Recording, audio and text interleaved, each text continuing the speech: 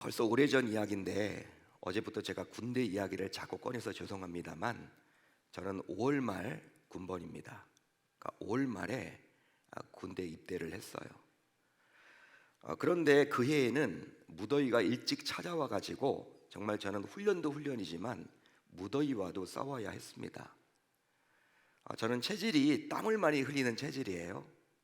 여러분, 이렇게 겨울에도 내복을 잘 입지 않는 그런 체질, 열이 좀 많은데 그러다 보니까 그 해에는요 땀을 많이 흘릴 수밖에 없었습니다. 그런즉 평소에 땀을 많이 흘리는 체질이다 보니 군대에서 맞이하게 되는 무더위는 정말 감내하기가 쉽지 않았어요. 5월 말 6월 초 6월 중순이 왜 이렇게 덥던지 지금도 기억이 납니다. 당시 저의 가장 큰 소원은 바로 시원한 얼음물을 한 잔 마시는 것이었어요. 그 다음이 시원한 캔커피를 마시는 것이었습니다. 대단히 소박하죠. 땀을 많이 흘리다 보니까. 왜냐하면 식사하고 난 다음에 항상 펄펄 끓인 물, 그것도 소금이 타져 있는 그 물을 주는 거예요. 군대에서 펄펄 끓인 물에다가 소금 타서 줍니다. 훈련 후 내무반에서도 소금이 담긴 펄펄 끓인 물을 마실 수밖에 없기 때문에 정말 너무 더운 거예요. 이게 여러분 입에서는요 얼음, 이 시원한 물 이것만 자꾸 떠오릅니다. 실제로 당시 저는 군인이라면 누구나 고대하던 초코파이보다도 시원한 물이 더 마시고 싶었어요. 아마 매일매일 고된 훈련으로 인해서 땀을 많이 배출하다 보니까 몸에서 그렇게 반응하고 요구를 했던 것만 같습니다. 자, 그렇다면 왜 당시 훈련소에서 시원한 물이 아니라 펄펄 끓인 물, 그것도 소금을 타서 주었을까요? 병사들에게. 그 이유가 있겠죠. 나중에 알게 되었지만 펄펄 끓인 물을 마셔야 물갈이를 안 할 수가 있고 배탈이 나잖아요, 여러분. 잘못하면 또 식중독 걸리면 안 되니까 무조건 여러분 끓인 것만 줍니다. 끓인 것만 펄펄.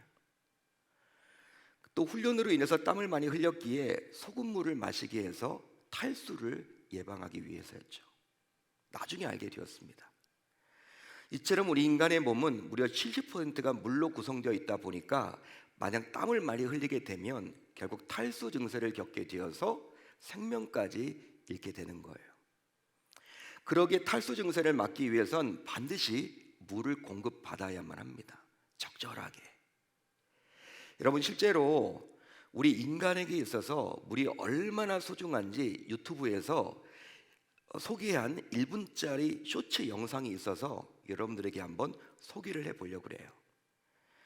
바로 즉 인간이 물을 안 마시면 이란 충격적인 쇼츠 영상인데, 여러분 어떤 영상이냐면 첫째 날 어떤 사람이 이제 실험을 하는 거예요. 과학적으로 여러분 좀 실험을 하는 겁니다. 첫째 날 어떤 사람이 갈증을 극대화하고자 고구마를 먹습니다. 그리고 물을 마시지 않아요. 고구마 여러분 먹게 되면 어떤 생각이 듭니까? 어떻게 돼요? 목이 마르죠. 극대화하기 위해서. 근데 물을 마시지 않습니다. 이제 다음 날이 되었습니다. 둘째 날이 되자 이 사람은 이제 살짝 어지럼증과 온통 물색만을만 하기 시작해요. 물을 마시지 않으니까. 또 사람에 따라서 구강건조와 두통이 시작되며 졸음이 지속적으로 발생한다고 해요. 이제 셋째 날이 되었습니다. 물을 마시지 않는지 셋째 날이 흘렀어요. 자고 일어났더니 그는 극심한 두통을 맛보게 됩니다. 또 소변에서 엄청나게 어두운 색으로 소변이 변하게 되고 소변에서 냄새가 지긋지긋한 냄새가 나기 시작해요. 또한 극심한 피로감과 어지럼증과 정서 불안까지 생기게 되었죠. 넷째 날이 되면요 어떤 일이 벌어질까요? 물 마시지 않는 넷째 날, 입이 심하게 건조하고 피부가 푸석해지고 체중이 급격히 감량되었으며 정신 또한 혼미해져 대부분의 인간들이 기절하게 된다는 거예요. 못 버티는 거예요. 이때 인체는 수분을 보존하고자 땀을 잘 나지 않게 되어서 체온이요 급상승합니다. 체온이 열이 나는 거예요. 막 다섯째 날에서 일곱째 날이 되면 이제 의식만 겨우 유지할 수준이 돼요. 물을 마시지 않은 다섯째에서 일곱째 날이 되면 따라서 눈은 움푹 들어가게 되며 장기 내의 수분은 급격하게 떨어져 신체 기관들이 상실하게 되죠. 그 결과 체내의 15에서 20% 수분 손실을 잃은 인간은 결국 사망에 이르게 됩니다. 이 영상은 인간이 물을 마시지 않게 되었을 때 인간에게 일어날 일들을 비교적 과학적으로, 의학적으로 설명해 주고 있는 영상이에요. 여러분, 이처럼 인간에게 있어서 물은 정말로 중요합니다. 정말로 중요해요. 즉, 먹지 않아도 죽어요. 그렇지만 물을 마시지 않으면 더 일찍 죽게 돼 있어요. 40일을 금식하는 분들도 물을 마시지 않고 40일을 금식할 수는 없습니다. 생수를 마시기 때문에 40일을 버티는 거지, 금식할 수 있는 것이지, 인간의 여러분들 물도 마시지 않고 먹지도 않고 40일 불가능해요. 이제 오늘 말씀 안으로 들어가 보면 십자가에 달렸던 예수님께서는 결국 죽음을 앞두고 육체적 한계에 도달하게 돼요. 그 이유는 바로 십자가를 지기 전부터 예수님께서는 유대인들과 로마 병정들로부터 온갖 폭행과 고문을 받았기에 십자가상에서 이제 더 이상 버틸 여력이 없어졌기 때문이에요. 오늘 말씀 28절을 보게 되면 바로 예수님의 마지막 모습인데 사도 요한은 아주 생생하게 기록을 해주고 있습니다. 우리 한번 28절을 천천히 한번 읽어봅니다. 시작. 그 후에 예수께서 모든 일이 이미 이루어진 줄 아시고 성경을 응하게 하려 하사 이르시되 내가 목마르다 하시니. 아멘. 자, 이 구절을 잘 보시면 예수님께서는 죽음을 앞두고 고통의 절정을 느끼고 계시는데 그 고통의 절정은 바로 무엇이었습니까? 목마름이었습니다. 목마름. 목마르다. 목이 마르다. 갈증을 지금 이야기를 합니다. 여러분, 잘 생각을 해보면 당시 예수님께서 십자가에 달리기 전부터 십자가를 진 이후로도 계속해서 많은 땀과 심지어 피를 흘렸기에 목마름, 즉 갈증을 느끼는 것은 지극히 당연하다고 말할 수 있어요. 상식적으로 그게 맞는 말이죠. 당시 예수님께서는 우리와 같은 연약한 인간의 몸으로 십자가를 지셨기 때문에 여러분, 목마르다라는 거 당연하게 여러분 여겨집니다. 느껴져요. 하지만 예수님께서 지극히 당연하게 여겨지는, 상식적으로 여겨지는 이런 육체적인 목마름 때문에 그 중요한 순간에 목마르다고 감히 말했을까요? 여러분, 어떻게 생각을 하십니까? 단지 육체적인 목마름 때문에 내가 목마르다라고 말하고 있는 것일까요? 그 중요한 순간에? 그런데 오늘 말씀을 잘 묵상해 보면 예수님께서는 단순히 자신의 육체적인 갈증 때문에 목마르다라고 말하지 않았음을 알 수가 있어요. 단순히 그것 때문에 목마르다라고 말하지 않았다라는 거예요. 성경에 나와 있죠. 바로 예수님께서 목마름을 고백하셨는데 사도 요한은 그 앞에 어떤 말을 쓰고 있습니까? 성경을 응하게 하려 하사.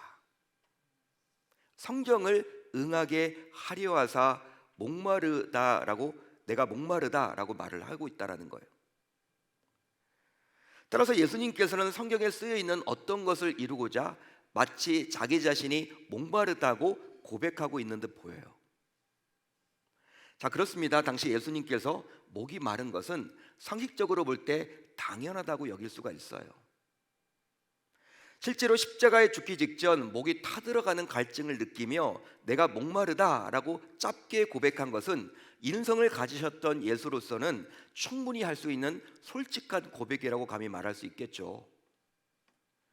즉, 온갖 말할 수 없는 고문과 고초를 당하신 예수님께서 지치고 피곤하사 목이 마른 것은 상식이요 지극히 당연하다고 감히 말할 수 있습니다. 그런데 사도 요한은 예수의 목마름의 고통이 육체적 한계로 인한 목마름이 아니라 마치 성경을 응하게 하시려는 고백에서 나온 목마름으로 말씀하시고 있으니 신자인 저와 여러분들은 이제 이것을 어떻게 받아들여야 하는 것일까? 여러분, 우리가 이것을 어떻게 받아들이면 좋을까요? 어떻게 해석하면 좋을까요? 진짜 하나님께서 내가 목마르다고 했는데 그 의미는 과연 무엇인 것일까요? 여러분, 예수님이 행한 모든 말과 행동에는 우연이 있을까요, 없을까요? 우연이 있을까요, 없을까요? 우연이 없죠. 그러게 예수님께서는 약속에 따라서 구원의 길을 묵묵하게 걸어가신 것입니다. 따라서 공생애를 거치면서 예수께서 했던 말 한마디, 또 행동 하나하나에는 모두 사전에 약속된 것들이에요. 여러분 믿으시면 아멘, 동의가 되시면 아멘. 그런즉 예수님께서 성경을 응하게 하려 하셨다라는 것은 시편 69편 21절과 연관이 있기 때문에 우선 이 시편 69편을 살펴봐야만 합니다. 자, 시편 69편 21절을 한번 같이 볼까요? 우리 한번 같이 읽어봅니다. 시편 69편 21절. 이제 여러분들이 같이 한번 읽습니다. 시작. 그들이 쓸개를 나의 음식물로 주며 목마를 때에는 초를 마시게 하였사오니 그들이 쓸개를 나의 음식물로 주며 목마를 때에는 초를 마시게 하였사오니. 자, 이 구절을 잘 보게 되면 고통의 극치를 보여주고 있어요.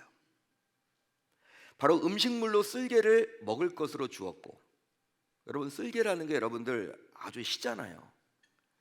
여러분 쓸개를 여러분 먹는 건 아니잖아요. 그 어떻게 여러분 먹겠습니까? 신데 그 쓸개를 먹을 것으로 줍니다. 그리고 목마르다면 무엇을 주었다고 나와 있어요? 초를 주었다라는 거. 이건 여러분들 뭐 배려가 아니죠. 배려가 도와주는 게 아니죠.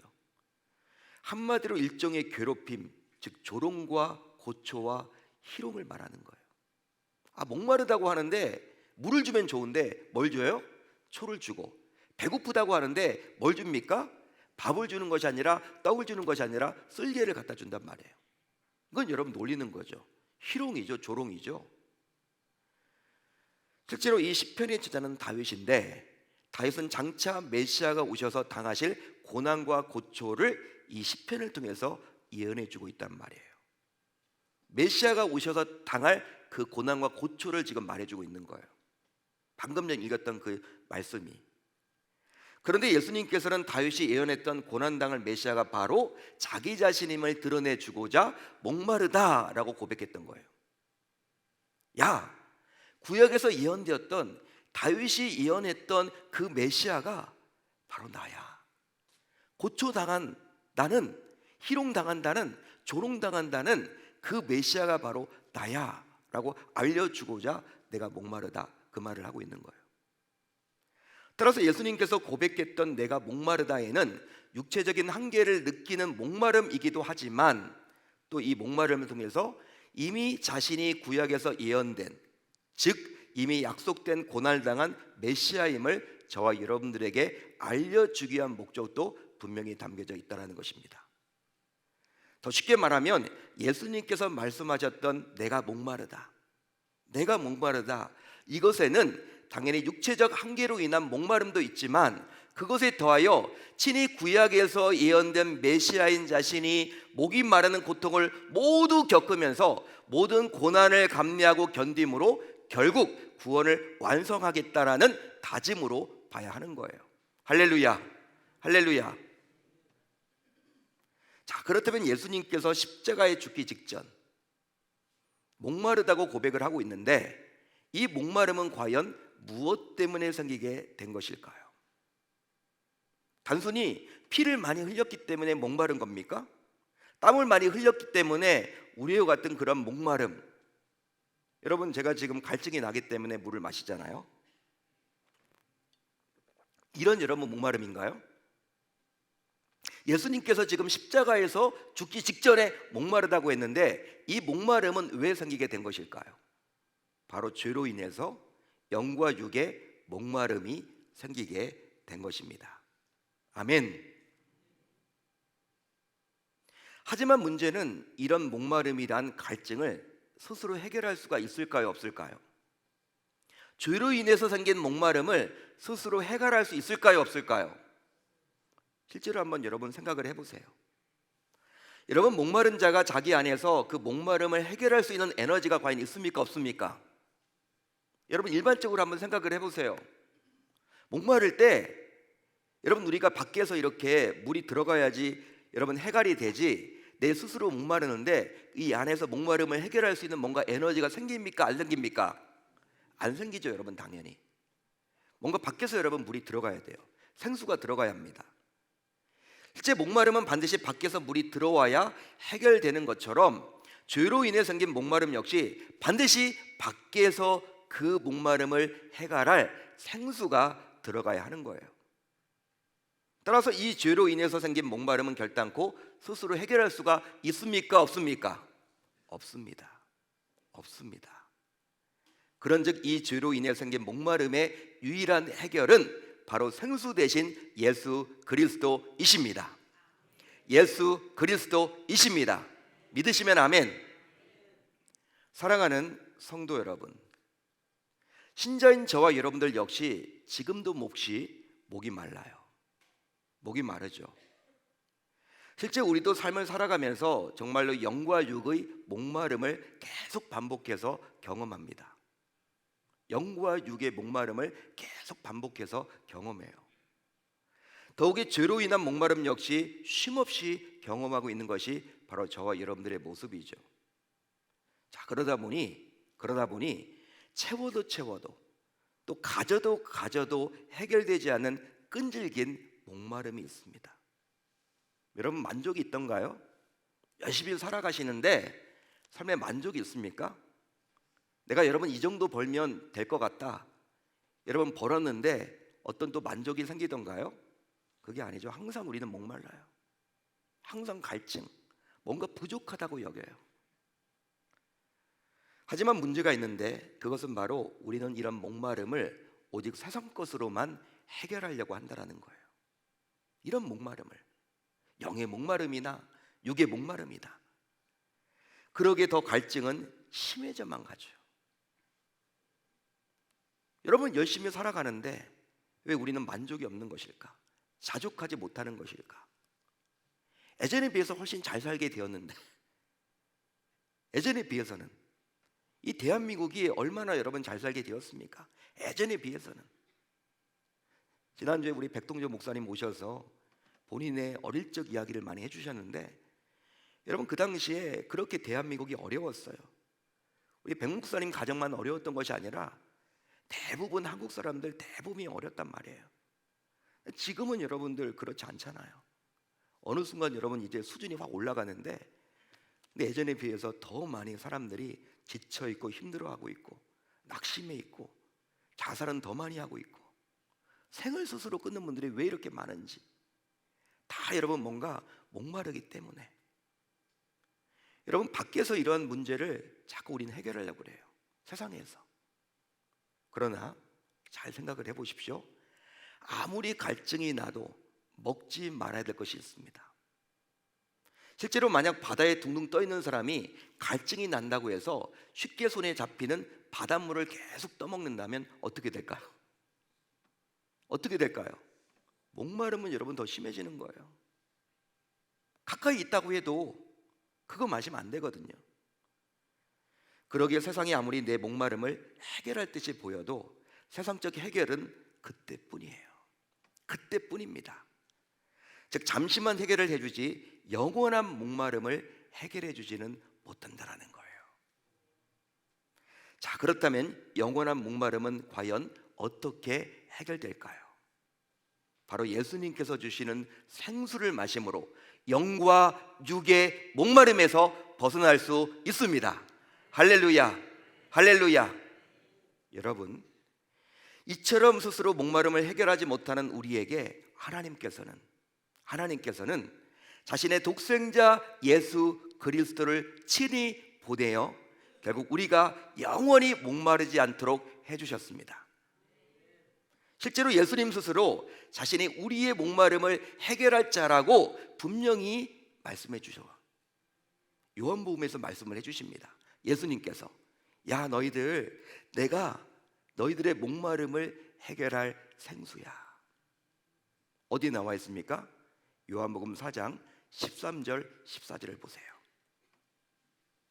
예수께서 대답하여 이르시되 이 물을 마시는 자마다 다시 목마르려니와 내가 주는 물을 마시는 자는 영원히 목마르지 아니하리니 내가 주는 물은 그 속에서 영생하도록 솟아나는 샘물이 되리라. 할렐루야, 할렐루야. 또 있습니다. 요한복음 7장 37절로 38절. 누구든지 목마르려니와 내게로 와서 마시라. 누구든지 목마르거든 내게로 와서 마시라. 나를 믿는 자는 성경의 이름과 같이 그 배에서 생수의 강이 흘러 나오리라. 여러분, 이처럼 오직 예수야말로 영원히 목마르지 않을 생수이십니다. 할렐루야, 할렐루야. 예수님만이 영원히 목마르지 않게 하실 생수라는 거예요. 그런데 우리가 놓치면 안 되는 것이 있으니 바로 이 생수를 계속해서 우리는 마셔야만 하는 거예요. 믿으시면 아멘. 한 번 마셨다고 해서 안 마시면 안 되는, 안 마시겠다고 하시면 안 되고 계속 마셔야만 합니다. 한마디로 지옥의 갈증은 단 한 번만 마시면 돼요. 지옥의 갈증은 우리가 단 한 번만 마시면 되지만 이 생을 살아가면서 수시로 찾아오는 갈증은 매일매일 생수 대신 예수를 마셔야만 합니다. 우리가 구원받았다고 해서 하나님의 자녀가 되었다고 해서 만족하지 마시고 매일매일 예수를 마셔야 한다는 거예요.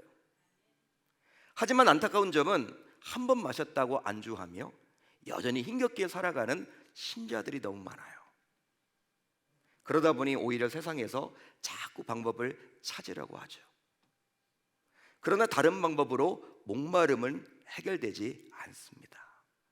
다른 방법으로 목마름은 해결되지 않습니다. 실제로 요한복음 4장에 나오는 사마리아 여인 역시 남편을 여러 번 바꾸는 방법으로 자신의 갈증, 목마름을 해결해 보려고 노력을 해봤어요. 남편을 여러 명 바꿔봤어. 새로운 남편을 만나면 내가 행복해지지 않을까?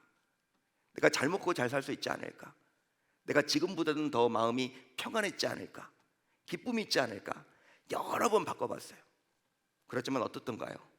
만족이 없는 거죠. 만족이 없습니다. 하지만 그때뿐이었고 항상 만족이 없고 목마름이 있었는데 예수님을 인격적으로 만난 이후 그녀의 목마름은 해결되었어요. 해결되었습니다. 그런즉 이수병에 나온 우리 모두 매일매일 예수님만에 거해야 목마르지 않음을 기억하며 매일매일 예수님을 마셔야 할 줄로 믿습니다. 그러기에 세상의 목마름에서 벗어나려면 우리 모두 은혜를 받아야만 하는 거예요. 은혜를 받아야만 하는 거예요. 사마리아 여인이 예수님과의 대화 속에서 결국 은혜를 받고 목마름에서 해결되었듯이 우리 역시 은혜를 받아야만 합니다. 그런데 여러분, 하나님은 아무에게나 은혜를 안 주세요. 누구에게 주십니까? 은혜를 사모하는 자에게. 여러분, 은혜를 사모하는 자들이 은혜를 받는 거예요. 하나님은요, 셈이 여러분 아주 능숙하신 분이에요. 셈에 능숙하신 분이 우리 하나님이세요. 아무에게라면 은혜 주지 않습니다. 여러분, 아무에게 왜 은혜를 안 주실까요? 은혜를 줘봤자 그게 은혜인 줄 몰라. 그게 은혜인 줄 모른다니까요. 그렇기 때문에 은혜를 사모하는 자들에게 은혜를 주십니다. 그런데 우리의 현실은 어떠할까요? 은혜 받기를 사모하는 분들이 너무나도 적어요. 물론 이 새벽에 나오신 분들은 그래도 은혜를 사모하기 때문에 나왔기 때문에 여러분들은 어쩌면 이 설교를 들을 필요가 없을 수 있겠지만 그래도 한번 들어보세요. 여러분 어떨까요? 우리는 바쁜 일상 속에서 분주함 가운데 은혜는 항상 뒷전인 경우들이 많아요. 내 우선순위에서 은혜 받은 것이 밀려나는 경우들이 얼마나 많은지 몰라요. 신자임에도 불구하고 각종 양육훈련을 강조를 합니다. 교회에서 여러분 배우셔야 합니다. 자만하지 마시고 배우셔야 합니다. 배워야 삽니다. 제자반도 배우셔야 되고 성장반도 배우셔야 되고 각종 양육훈련에 여러분 참여하십시오. 우리 안 받으면 안 배우면 도태됩니다.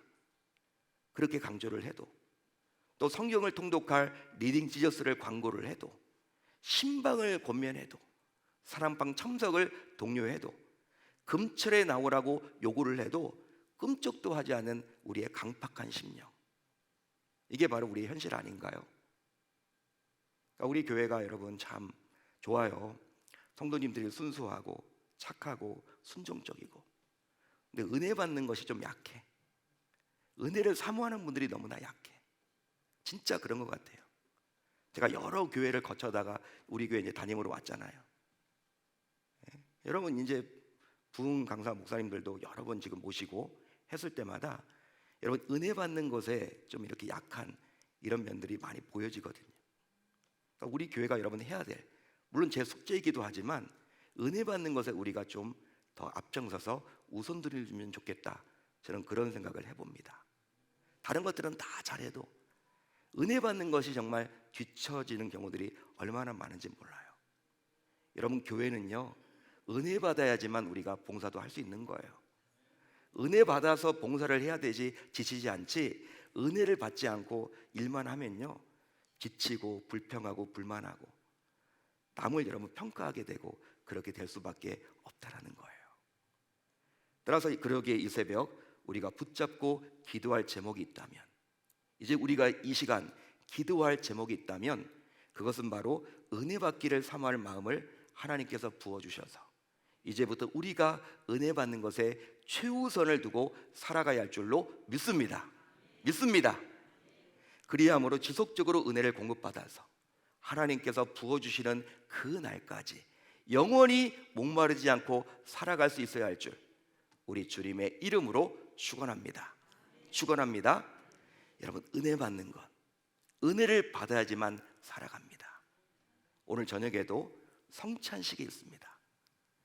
장로교의 창시자인 존 칼빈은 그의 기독교 강요에서 하나님께서 우리에게 은혜를 주시는 방편이 세 가지가 있다. 첫 번째 말씀이다. 두 번째 기도다. 세 번째 성찬이다. 그렇게 성찬을 강조했습니다. 성찬은 매주 했었어요. 초대교회 때는. 근데 교회가 커지면서 어느 순간부터 하질 못하고 있는 거예요. 성찬이 여러분 초대교회와 이 개혁교회는 매주 예배 시간마다 있었습니다. 교회 규모가 작다 보니까, 교회 규모가 커지다 보니까 그렇게 하지 못하고 있는데, 은혜 받을 수 있는 방편이 바로 이 성찬이라는 거 기억하시고, 은혜를 사모하는 여러분들 모두 오늘 저녁에 있는 이 성찬식에 다 나오셔서 은혜 받는데 앞장서 주실 수 있기를 우리 주님의 이름으로 축원합니다. 은혜 받으면 사는 거예요. 은혜를 받는 방법, 말씀과 기도. 매일매일 우리는 예수를 먹고 마셔야 합니다. 여러분, 성육신에서 이 땅에 오신 예수님, 성육신한 예수님이 바로 이 말씀이라고 요한복음 1장에서 분명히 말을 해주고 있잖아요. 예수님이 곧 말씀이에요.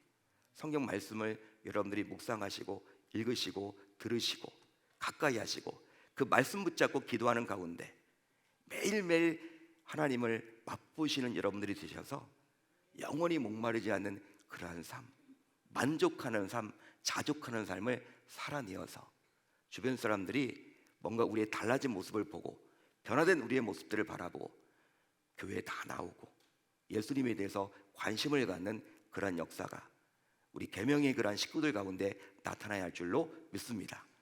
그렇게 하겠다라고 다짐하고 결단하는 여러분들이 다 되실 수 있기를 우리 주님의 이름으로 축원합니다.